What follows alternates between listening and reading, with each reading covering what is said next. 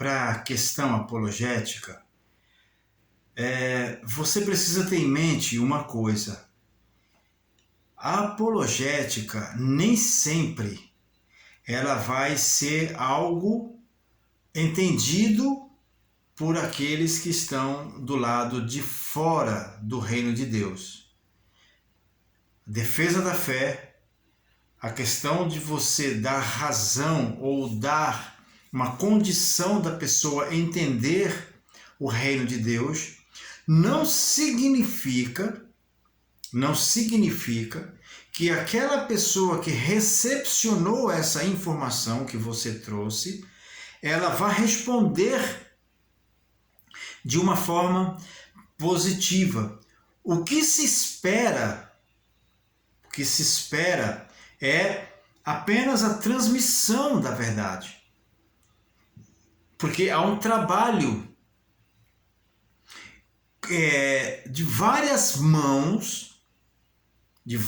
mãos para fazer uma pessoa chegar até Deus na questão da recepção ou de ser o receptor das verdades bíblicas. As verdades bíblicas, quando eu falo, são verdades bíblicas reveladas. Então, a apologética é uma manutenção dessas verdades bíblicas reveladas que já vem de muito tempo. Por isso, nunca é demais nós atentarmos para o fato de que o modelo cultural que se apresenta é um modelo cultural que precisa, em primeira instância, ser rechaçado. Esse é um ponto em que a gente conversa sobre a limitação da apologética. É óbvio que a apologética não vai vencer sempre. Daí se criar modelos apologéticos para tentar trazer as pessoas para o reino de Deus. Jesus Cristo, falando sobre os 4 solos, onde a palavra seria semeada, ele fala daquele solo, aquele terreno pedregoso. E a semente caiu naquele solo, caiu naqueles pedregais, caiu naquele terreno, que era um terreno onde mesmo que a semente pudesse germinar, o sol e a própria temperatura das pedras, a própria rigidez das pedras abafariam o crescimento ou o desenvolvimento daquela semente. Então, muitas vezes a apologética ela encontra esses terrenos petrificados, esses corações petrificados, onde a pessoa diz ali no primeiro momento que entendeu o que você quis dizer, mas ela não compreende muitas vezes as questões que formam o reino de Deus. Porque Deus, ele trabalha com a sua multiforme sabedoria. Mas muitas vezes o homem, fora de um contexto de convicção bíblica, ele lança o seu próprio termo de convicção. Ele lança a sua própria convicção em questões, muitas vezes, que nem mesmo a Bíblia pacificou. Não que a Bíblia não revelou. Não que a Bíblia não mostrou, não que a Bíblia não trabalhou. A questão que eu sempre vou falar aqui para você é: a Bíblia, ela tem a própria resposta para as perguntas que a Bíblia faz. Não é o ser humano que tem que responder respostas bíblicas. A Bíblia, ela está cheia de respostas que ela mesma faz. Então, parafraseando aqui o próprio Calvino, né? As Escrituras respondem às próprias Escrituras. As Escrituras respondem às próprias Escrituras. Então, o que resta para o apologista? Resta uma leitura sistemática e analítica da palavra de Deus, olhando para todo o contexto, que tudo aquilo que lhe é trazido mostra em sua época, tem a argumentação do autor, tem o movimento cultural daquela época. Tudo isso tem que ser percebido pelo apologista antes dele sair por aí fazendo apologia. Mas, por outro lado, dentro de cada um de nós, dentro de cada cristão, seja ele o grau que ele tiver, se é que existe essa questão de grau dentro da igreja, essa hierarquia, ele, dentro de cada cristão, existe um apologista. Existe uma pessoa que, a partir do momento que recebe Jesus como Senhor e Salvador, ele já começa a transmitir as verdades do reino. Ele já começa a elaborar conceitos sobre o reino, e esses conceitos vão caminhar na avenida da apologia. Então é interessante ver uma citação de David Bosch, está aí na apostila, que ele diz o seguinte: a evangelização é a proclamação da salvação em Cristo aos que não creem nele. Então, pessoas que não creem em Cristo receberão essa questão da evangelização. Você passará a transmitir o reino de Deus a esta pessoa, ok? De uma forma sistemática. E como é que essa verdade é transmitida para as pessoas? A verdade bíblica, ela precisa confrontar a pessoa. Há que haver, dentro de uma questão de palavra, de transmissão de palavra, há que haver um toque de sensibilidade para que essa pessoa venha ao arrependimento. É necessário situar essa pessoa que não crê em Cristo, situar essa pessoa com as verdades do reino. Por quê? Porque a pessoa, muitas vezes, ela vem cheia de escândalos da própria comunidade cristã que se apresenta. Hoje, com o advento da internet, das mídias sociais, da globalização, ficou muito mais fácil, ficou muito mais perceptível a evangelização. E o contrário também é verdadeiro. A exposição de matérias que são de cunho de desaprovação de ministérios cresceu exponencialmente.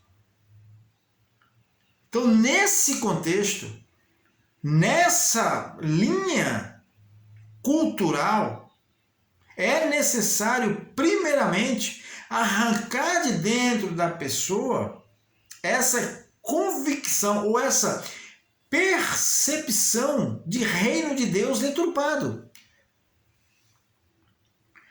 Então, David Bosch ele expressa uma verdade. Ele diz o seguinte, está aí na sua apostila: a evangelização é a proclamação do evangelho aos que não creem em Cristo, chamando-os para o arrependimento e a conversão, anunciando-lhes o perdão dos pecados e convidando-os a se tornar membros da comunidade terrena de Cristo, para uma vida de serviço a outras pessoas no poder do Espírito Santo.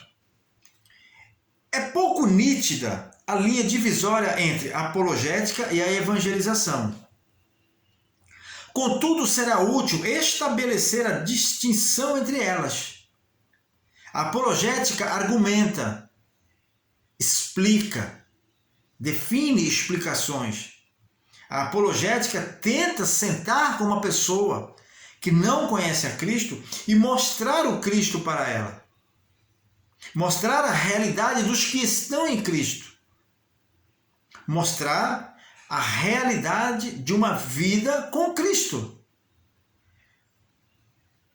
Ao passo que a evangelização convida. Então você só pode fazer um convite a uma pessoa depois que você argumentar com ela sobre as convicções que ela tem sobre o reino.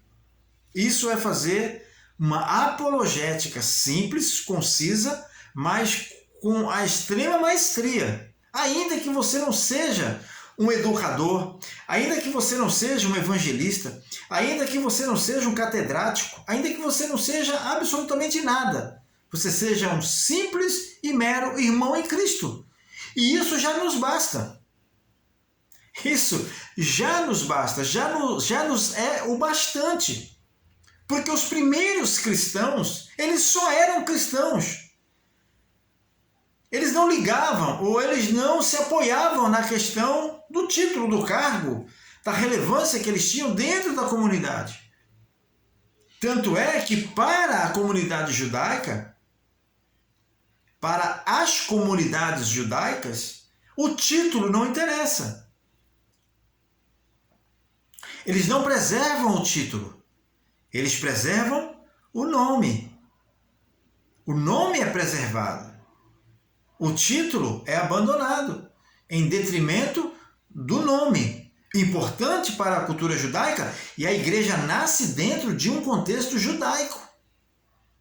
A igreja do Senhor Jesus nasce dentro de um contexto judaico, dentro de um modelo judaico. Então, em primeira linha, a apologética ela é judaica. Só que a apologética judaica ela não ajudou. No caso dos primeiros cristãos, basta você ler a carta aos Hebreus. O que a apologética fez com aqueles irmãos que hoje nós chamamos de cristãos messiânicos? Estevão, no seu discurso em Atos dos Apóstolos, quando ele está sendo apedrejado, ou antes de ser apedrejado, ele fala sobre essa questão cultural. E as pessoas dizem que ele está falando contra a lei de Moisés.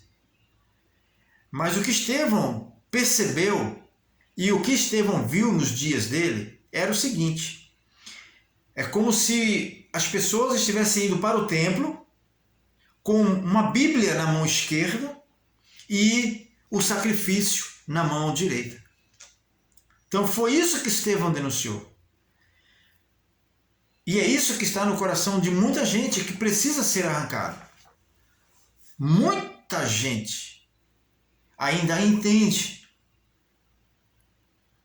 que é necessário um sacrifício diário para se atingir as verdades de Deus, ou atingir o coração de Deus, ou atingir a revelação de Deus. Então tem muito crente sacrificando. Muito crente sacrificando. E a apologia ela não cobra essa questão do sacrifício. A apologia ela cobra a obediência. E a evangelização, ou o evangelismo, ou o evangelho, ele resulta na inserção à comunidade. É por isso que a apologia ela foi feita também naquele tempo dos hebreus, mas ela não defendia somente a fé cristã, ela defendia os rituais da lei. Os rituais da lei. Havia uma defesa dos rituais da lei. Então a apologética daquele tempo era nesse sentido. Imagina, nós não podemos fazer a mesma apologética hoje. É pouco nítida a linha divisória entre a apologética e a evangelização. Contudo, será útil estabelecer a distinção entre elas, a diferença entre elas. A apologética argumenta, a apologética explica, a apologética e ela instrui, a apologética ela responde a questionamentos. Você senta com a apologética e começa a fazer perguntas para a apologética, e a apologética vai respondendo para você. vai respondendo para mim, vai respondendo para nós, vai respondendo aos que estão do lado de fora. Então, a apologética argumenta enquanto a evangelização convida. Então, é necessário um bom argumento para depois haver o convite. Né? Um texto bem esclarecedor sobre esse tema está em Lucas, capítulo 14, do versículo 15 ao 24, em que Jesus compara o reino de Deus a uma festa. A apologética conta aos de fora tudo o que poderão encontrar na festa. Dessa forma, pessoas têm sua mente aguçada. Os que já estão na festa comunicam. Essa comunicação é fundamental e prepara o caminho para o convite. Essa dinâmica é a base, é o pilar da sustentação do edifício de Cristo. Lembra que Paulo falou, né? A base está pronta, a base está feita.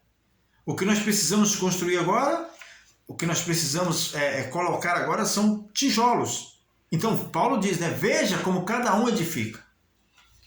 Veja como cada um edifica. Então esse edifício ele precisa crescer bem ajustado. Bem ajustado. Ele mesmo orientou que assim fosse. Então, esse modelo deve ser replicado. Está aí na sua apostila. Replicar é modelar, é padronizar. Tá? O padrão é o padrão da igreja primitiva. O padrão é o padrão da igreja primitiva. A argumentação do autor não se deve movimentar a argumentação do autor naquilo que ele expressa como verdade ou como condição universal. Uma verdade universal não pode ser mudada. E a Bíblia ela está repleta de verdades universais. Quer ouvir uma? O homem deixará o pai e mãe, se ajuntará se unirá a uma mulher e ambos serão uma só carne. Essa verdade ela foi uma questão de uma concepção presente,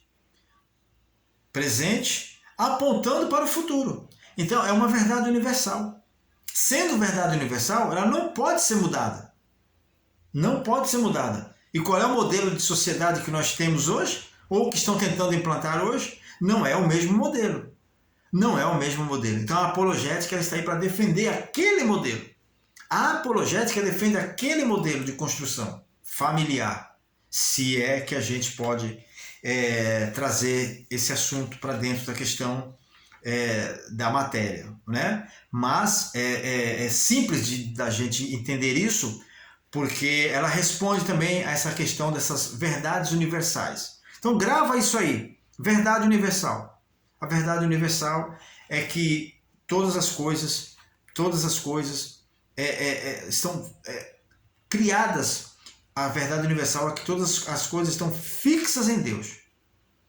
Fixas, olhando para Deus. Tudo está aguardando a resposta da boca de Deus. É simples e é efetivo assim. As limitações da apologética, ela precisa primeiramente responder às minhas questões acerca do evangelho e da condição cultural. A gente já bateu nisso aqui, já falei alguma coisa sobre isso. Que a questão cultural precisa vencer aí a questão do evangelho. O evangelho precisa vencer questões culturais, senão a gente verdadeiramente não consegue ultrapassar limites, não é? Limites não impostos pela sociedade, mas limites muitas vezes impostos pela própria cultura, pela localização, ou por questões pessoais ou questões globais. Estamos dispostos a debater essas questões. Mas, em primeira instância, é isso. A cultura precisa ser vencida. A cultura precisa ser vencida. Principalmente aqui, quando a gente fala de Brasil, né? A cultura brasileira precisa ser vencida. O evangelho precisa vencer a cultura. Como entender, então, a questão da santidade? Como você vai explicar para uma pessoa hoje, né, sobre a questão de santificação?